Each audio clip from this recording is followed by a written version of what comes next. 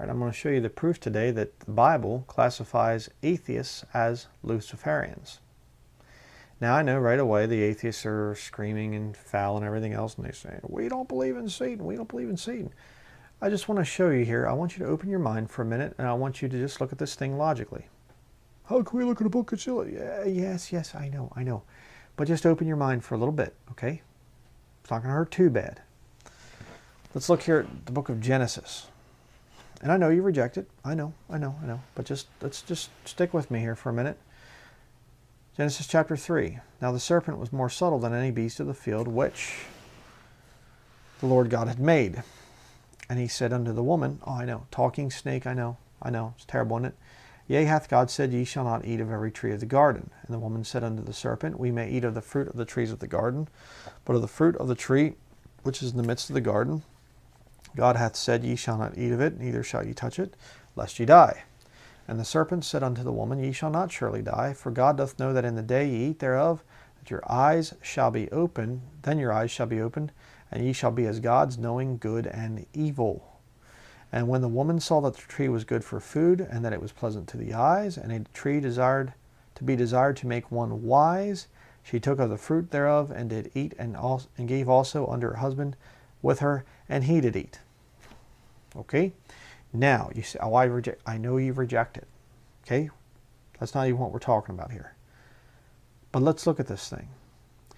Did the serpent, did he say, I want you to worship me?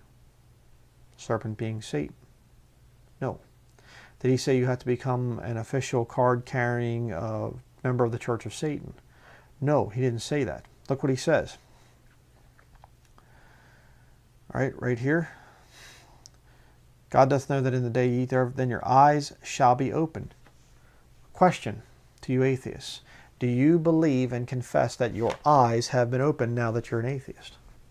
Do you see the world more clearly? Well, do you agree with that statement there?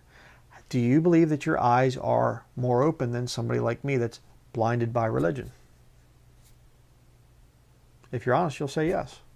I do believe that. But what's the connection? See? You always got to try and get ahead of me, don't you? Let's continue. You believe your eyes are open, and ye shall be as gods, knowing good and evil. Question number 2, atheist. Do you believe that you can define morality? Do you decide what you believe is right and wrong? I mean, how do you scientifically define morality? It's a good one for you.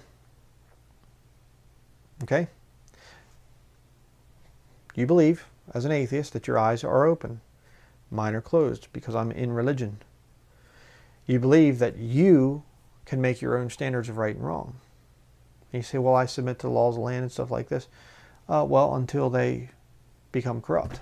I mean, if the Catholic Church openly took over and they pretty much control things, we'll talk more about that here in a minute. But if the Catholic Church openly took over, or Islam, we'll say that way, and they said everybody is, Sharia law, everybody has to become Muslim. You're going to be a Muslim or you're going to die. Well, would you submit to that? Or would you say, no, I have my own code of standards and things like this? You see?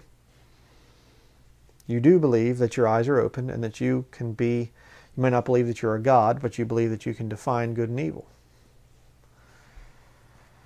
Verse 6, and when the woman saw that the tree was good for food, and that it was pleasant to the eyes, and a tree desired to be desired to make one wise.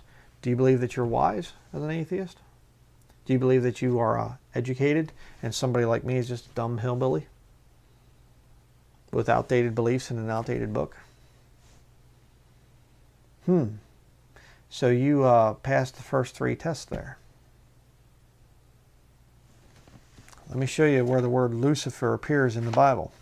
The King James Bible. The other ones are from the Vatican. Don't mess with them.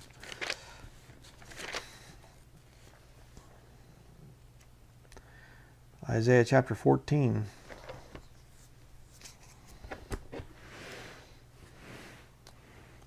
Isaiah 14, And verse 12. How art thou fallen from heaven, O Lucifer, son of the morning? How art thou cut down to the ground, which didst weaken the nations? For thou hast said in thine heart, I will ascend into heaven, I will exalt my throne above the stars of God. I will sit also upon the mount of the congregation in the sides of the north. I will ascend above the heights of the clouds. I will be like the Most High.